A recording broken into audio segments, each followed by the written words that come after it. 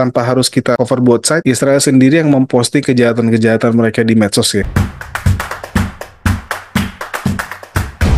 Bismillahirrahmanirrahim. Assalamualaikum warahmatullahi wabarakatuh. Jumpa lagi dengan gue Surya dan Pizarro dalam Tim Tank Podcast. Kali ini pas dengan 7 Oktober ya. 7 Oktober 2024, tepat 1 tahun serangan Taufan Al-Aqsa yang diikuti oleh serangan genosida besar-besaran dari entitas Zionis Israel ke jalur Gaza yang menghancurkan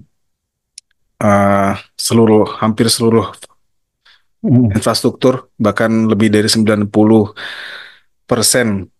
rakyat Gaza itu selalu dalam keadaan mengungsi dari satu tempat ke tempat lain selama setahun belakangan ini. Serangan yang arah Israel yang ditujukan untuk menghancurkan Hamas, mengembalikan para sandera dan melemahkan fungsi dari para pejuang Gaza untuk tidak bisa menyerang Israel, ternyata setelah setahun ini belum menemui hasilnya. Rakyat Israel yang katanya akan mendapatkan keamanan dengan serangan di Gaza justru makin tidak aman. Bahkan sekarang baru saja tadi malam itu ada serangan dari Hizbullah yang roketnya bisa masuk ke Haifa. Dan yang sangat ditakutkan lagi oleh entitas Zionis adalah kembalinya serangan bunuh diri, serangan bom syahid yang dilakukan oleh para pejuang Palestina ke wilayah-wilayah Israel di dalam. Bahkan tapi sekarang terjadi terjadi beberapa serangan itu. Yang pertama adalah di Tel Aviv mungkin sekitar 3 bulan lalu, di mana seorang pejuang Al-Qassam dan bahkan itu dibilang katanya serangan berdua ya antara Al-Qassam dan Soraya Al-Quds. Ada seorang yang diutus dengan membawa tas untuk meledakkan dirinya di Tel Aviv. Tapi ternyata setelah itu serangan bom syahidnya ini tidak terjadi seperti itu, guys. Yang ada justru serangan itu bukan murni seperti bunuh diri, tapi adalah yang seperti yang terjadi di Jaffa kemarin di pusat Tel Aviv yang ketika berbarengan dengan serangan Iran, 2 orang pejuang Palestina datang ke wilayah Israel dengan tanpa bawa bom sama sekali malah. Yang ada mereka datang ke wilayah Israel, kemudian menyerang satu tentara Israel ataupun seorang tentara cadangan Israel yang sedang lengah, diambil senjatanya dan kemudian melakukan serangan. Dan yang baru lagi kemarin di kota Beersheba kalau bahasa Arabnya itu, di mana seorang pejuang Palestina, seorang lone ranger lah ya, seorang pejuang yang beraksi sendiri, menyerang seorang polisi perbatasan Israel, perempuan, bahkan diserangnya di rumah makan McDonald, guys. 1 orang tewas dan 10 lainnya luka-luka. Dan inilah kita buktinya ternyata serangan itu memang bukan membawa rasa aman, justru membawa teror bagi masyarakat Israel sendiri. Selain itu, ada kabar juga bahwa sekitar tanggal 4 lalu, hari Jumat, Saudara Pizarro mendapat undangan dari Kementerian Luar Negeri Republik Indonesia dalam rangka jaringan bertemu untuk menjaring masukan terkait kebijakan luar negeri Indonesia ke depan, 5 tahun ke depan. Dan apa saja yang akan dibahas itu pasti termasuk di situ adalah mungkin tema paling utamanya terkait dengan isu Palestina, Ipis ya. Oke, Pis, mungkin ada yang bisa lo share dari acara temu dengan jaringan itu kemarin dengan Kemlu dan juga catatan lo tentang 1 tahun genosida di Gaza. Iya, terima kasih ya Surya ya. Sebelum kamu mau share screen, ada dari Ana dulu nih data 1 tahun genosida nih ya. Jadi kita Ana bisa data grafis ya dari genosida Gaza yang dilakukan oleh penjajah. Udah bisa, Pis? Udah. Ini sebenarnya nanti malam ada. Nah nih ya. Nah ini ya Sur. Bismillahirrahmanirrahim. Assalamualaikum warahmatullahi wabarakatuh. Salam. Ya, terima kasih ya Surya. Seperti biasa pemirsa, kita hadir di Tim Tank Podcast ya.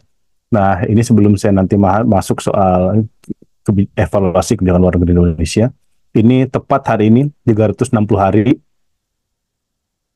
pasca genosida Gaza yang dimulai pada 7 Oktober lalu, pasca operasi Tofan Al-Aqsa yang dilakukan oleh para pejuang kemerdekaan Palestina yang berupaya untuk mempertahankan diri ya dari kolonialisme secara masif terstruktur yang dilakukan oleh penjajah Zionis. Dan kalau kita lihat sekarang ini dari 365 hari ya pasca genosida itu, kita bisa melihat ya korban yang meninggal dunia ya. Ini data yang belum data yang kemarin gitu ya.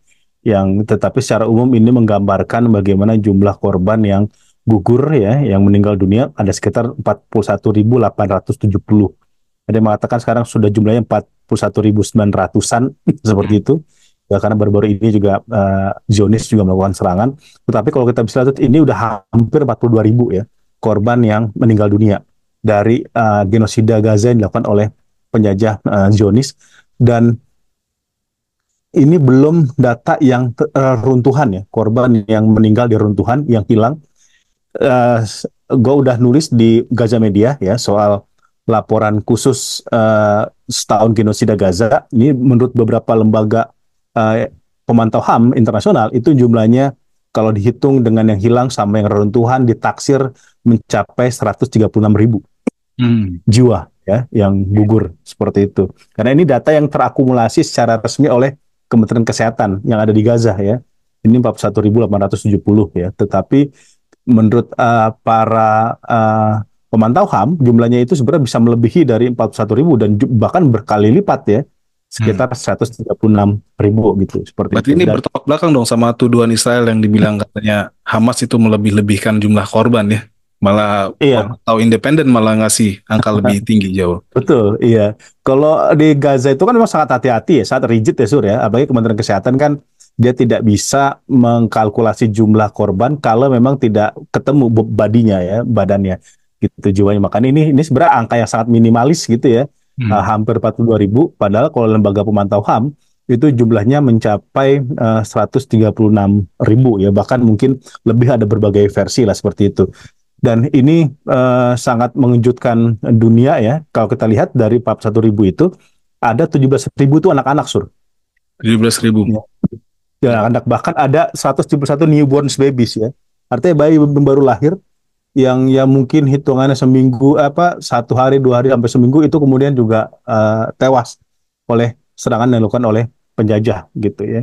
Dan ada bahkan 710 babies under a year old ya. Year old maksudnya. Ada bayi-bayi yang belum genap 1 tahun umurnya.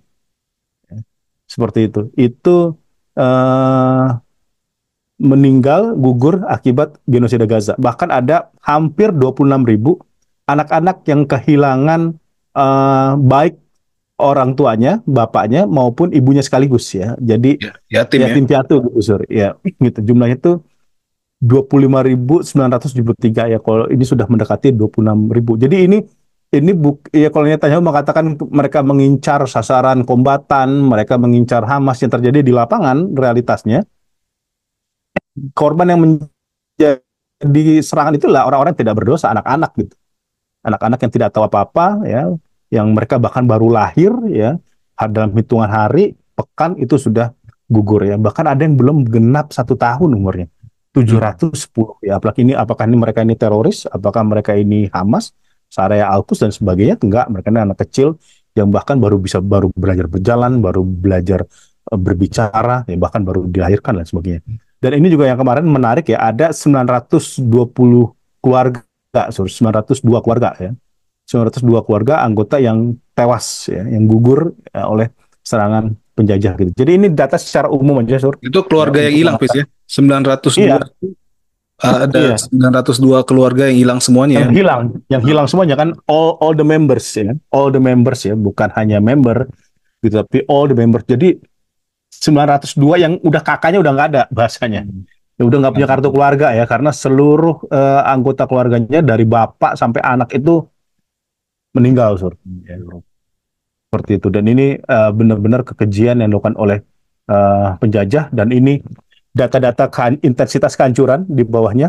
Ya kita lihat ini merata ya, dari North Gaza, Gaza Utara, sampai ibu kotanya, sampai Derbalah, Khan Yunis, sampai kemudian Rafah. yang sekarang beberapa pengungsi udah mulai masuk ke Gaza Utara, tetapi kemudian penjajah Zionis itu melemparkan kembali seruannya dari helikopter, dari pesawat-pesawatnya, himbauan gitu yang diterjunkan dari udara agar warga di Gaza Utara kembali mengungsi ke Gaza Selatan, berarti ke Gaza, gitu Hmm. Sur.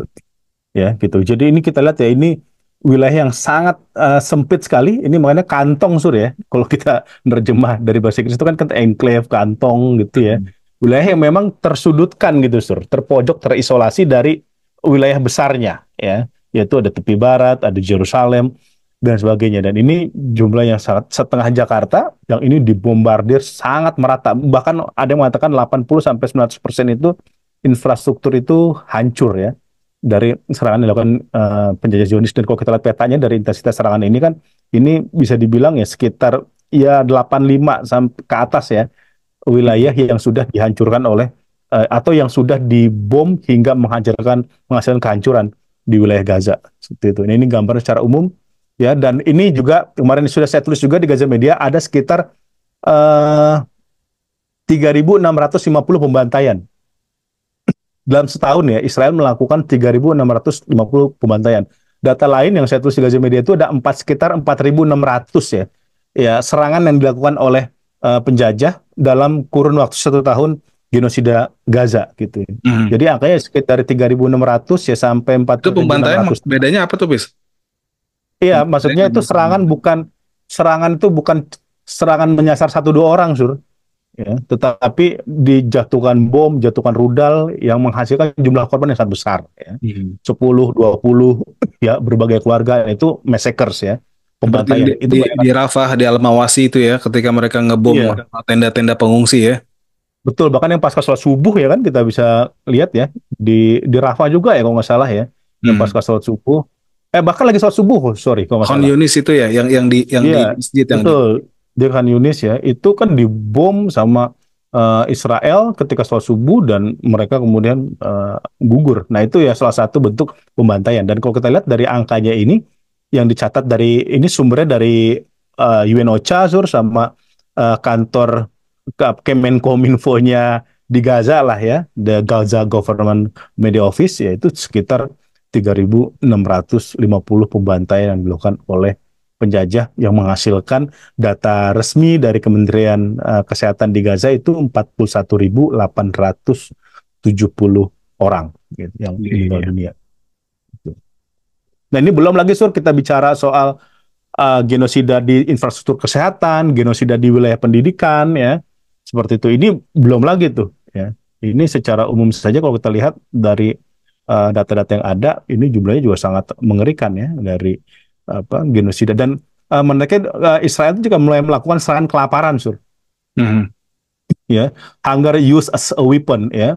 Jadi kelaparan itu dipakai cara oleh penjajah ya untuk mematikan korban, ya untuk membuat bangsa Gaza itu menyerah, ya Menyerah give dan up ya. memberontak kepada ini pejuangnya ya. Ya, melakukan pemberontakan terhadap para pejuang yang ada di Gaza untuk menghentikan aksi mempertahankan diri ya. Saya sekarang lebih suka memakai aksi ketimbang aksi serangan ya. Karena apa? Ini kan serangan 7 Oktober itu bukan terjadi 1 2 hari. Itu bukanlah serangan di ruang hampa. Hmm. Itu serangan yang dilakukan pasca ya 76 tahun ya mereka di genocide ya, dibantai, dibunuh oleh kekuatan penjajah, dan segala upaya sudah dilakukan, negosiasi, diplomasi, pertemuan, resolusi PBB, resolusi OKI ya, kemudian kecaman dari Liga Arab segala macam itu tidak menghentikan ya upaya penjajahan yang dilakukan oleh Zionis terhadap masyarakat Palestina. Oke, oke, oke.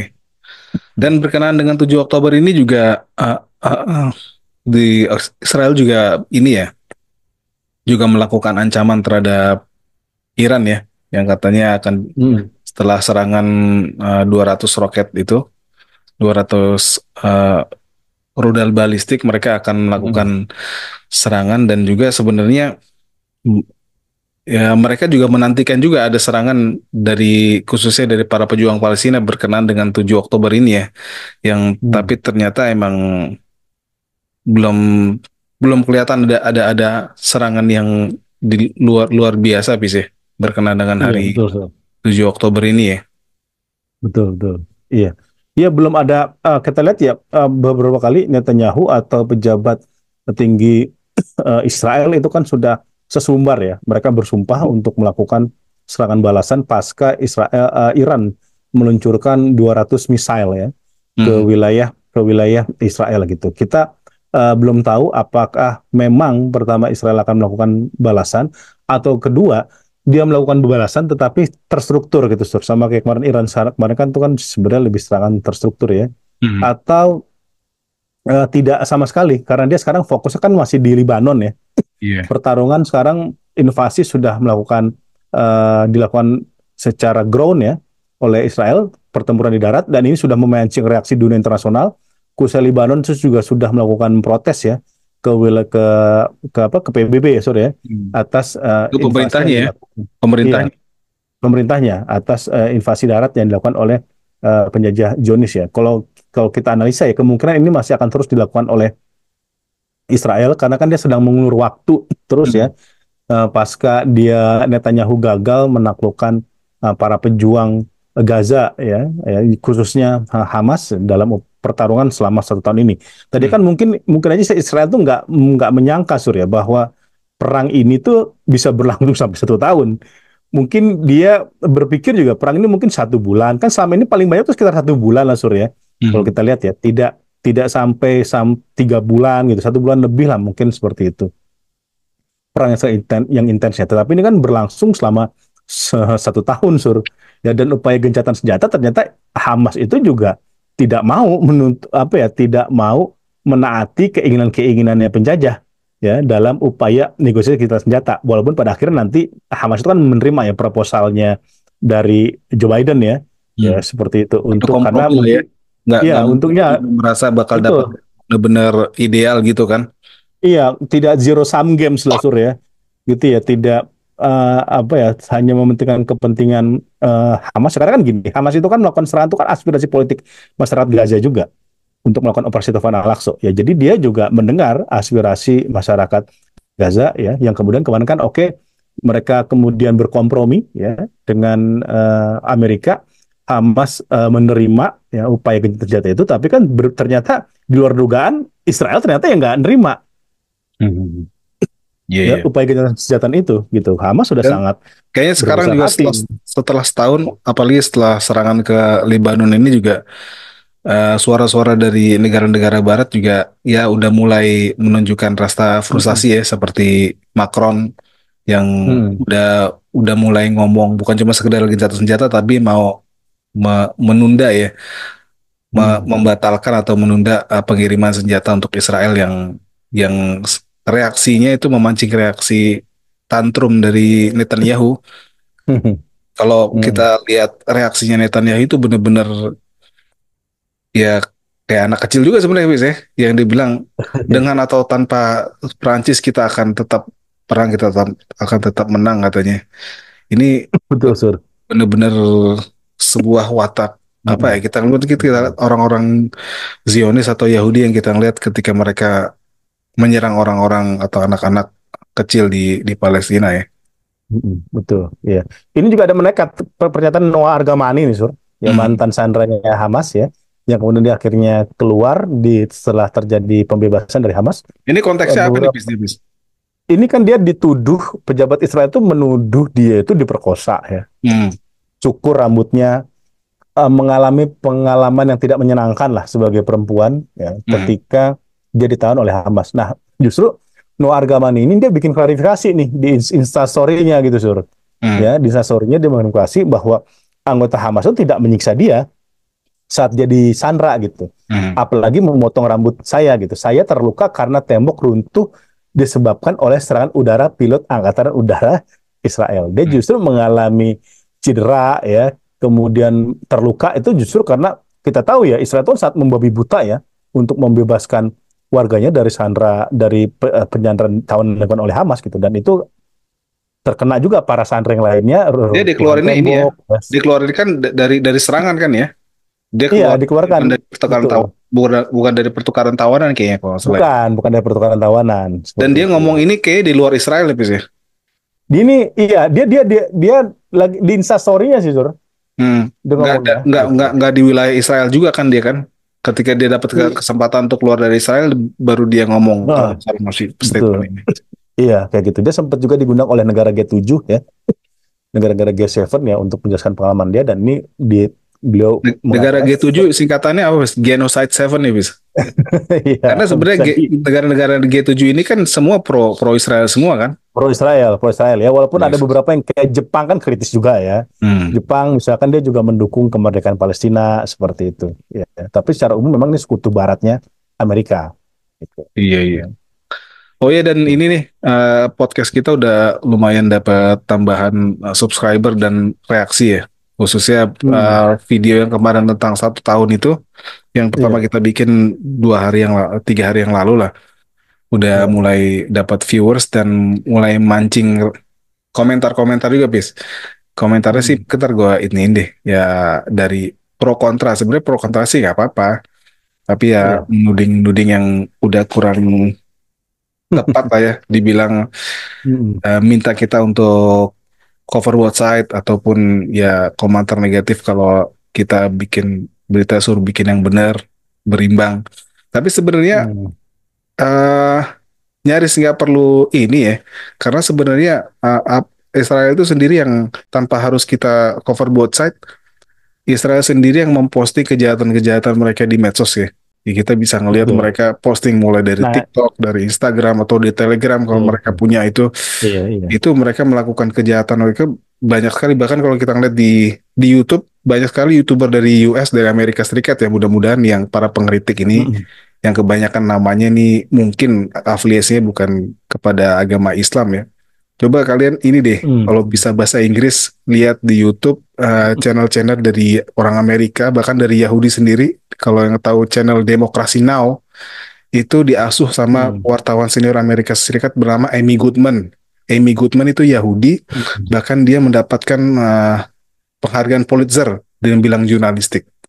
Dia setiap hari tuh pasti Hmm. bikin berita yang mengkritik tentang Zionisme, tentang Israel dan lain-lain ya. Jadi mungkin bisa dapetin uh, juga apa berita-berita tentang konflik atau pembantaian, bukan bilang konflik lagi sih, nih pembantaian Israel terhadap warga Palestina itu dari sisi orang-orang Yahudi juga, orang-orang Kristen juga, tapi yang bahasa Inggris. Jadi mungkin kalau dapet dari sini, dari Hmm. versi dari mungkin dari pemimpin-pemimpin agama yang ada di sini, yang Iya, iya. lokal, yang pemahamannya terbatas, ya sayang. Ya, insya Allah di YouTube Hmm. Betul.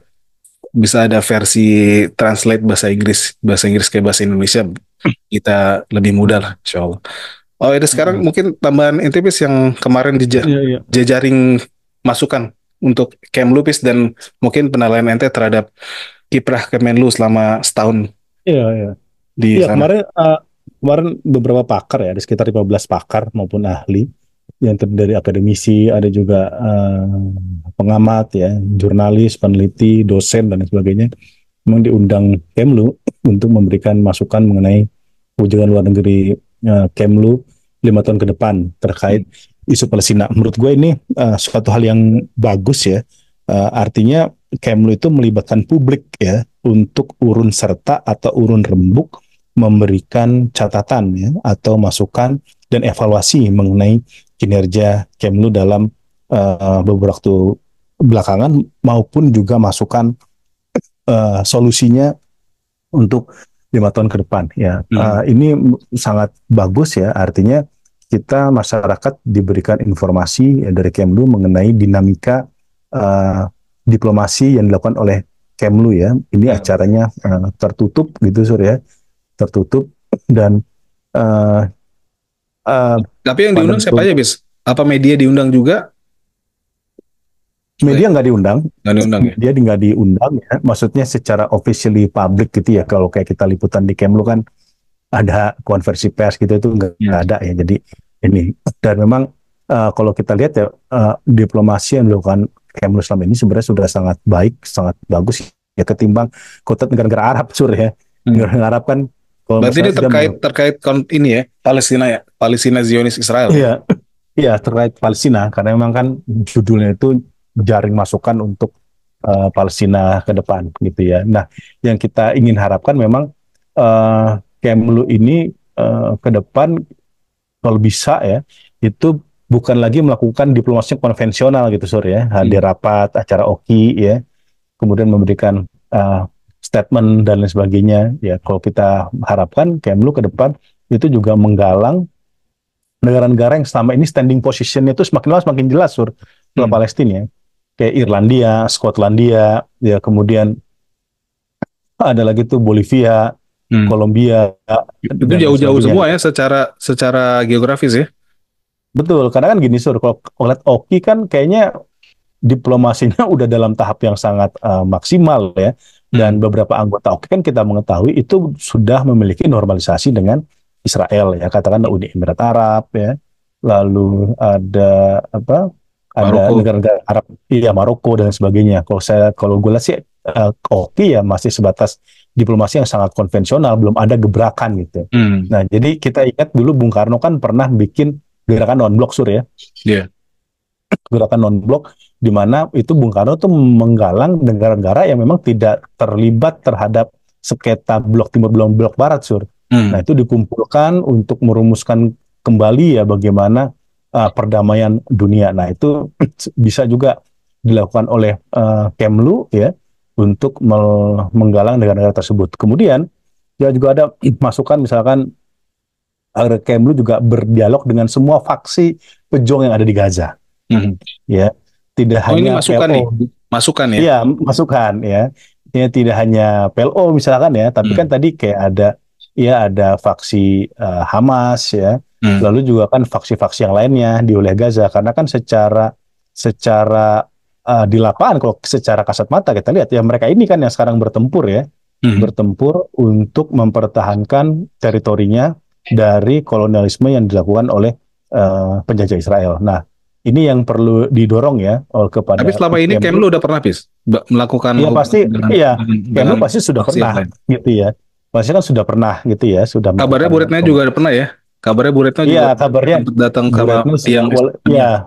betul ya gitu. Walaupun kemarin sih Kemlu nggak bicara kayak begitu ya, Hmm. tapi banyak informasi yang kita dapatkan kan memang pernah gitu. Lalu kita juga dorong Indonesia tuh menjadi tuan rumah dialog damai Fatah sama Hamas di Hmm. Jakarta.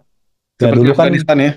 ya seperti Afghanistan tuh Taliban kan kita pernah ya Sur ya liputan dulu di istana, kita Hmm. menyaksikan betul ya dari dekat bagaimana negosiasi itu berlangsung ya, walaupun banyak orang mengatakan peran Indonesia tidak sebesar dari Qatar, tapi itu udah lumayan lah ya Hmm. bagaimana yang dilakukan oleh Kemlu dan pemerintah Indonesia. Nah, itu juga bisa dilakukan dalam konteks Hamas dan Fatah. Kalau kemarin kan gini, kalau di Beijing kemarin kan tuh kan hanya semacam moral komitmen ya Hmm. antara Hamas dan Fatah, kita nggak melihat detail-detail teknis ya yang tersusun dari pertemuan tersebut ya Iya, gitu. iya. Jadi kita ya kemarin tuh ya sama di Beijing ya menjadi semacam dialog aja gitu Sur.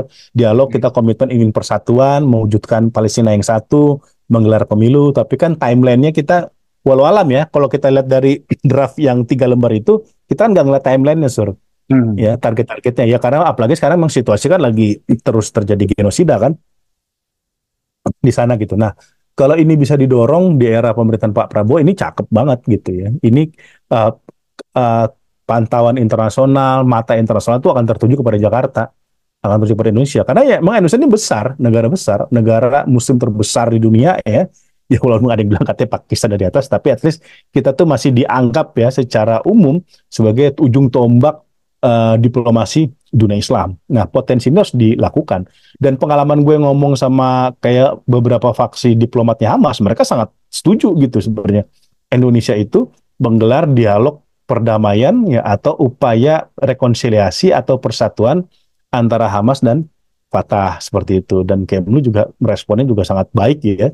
Itu mereka mencatat masukan ini ya. Nah, ini tinggal eksekusinya nanti mungkin di eranya Presiden Prabowo gitu untuk menentukan apakah ini kan udah level negara, sudah level presiden nih, nggak Iya, bisa iya. lagi level kementerian gitu. Apalagi ini Tapi faksi. udah ada outlook nggak, Pis? Udah ada bayangan nggak outlook ke ya kita lah kebijakan luar negeri kita di presiden yang baru ke depan, Pis? Iya, kalau kalau kita lihat Sur ya, emang selama ini pertama ya ini sedang digodok ya oleh kepemimpinannya Pak Prabowo bersama tim kabinetnya ya.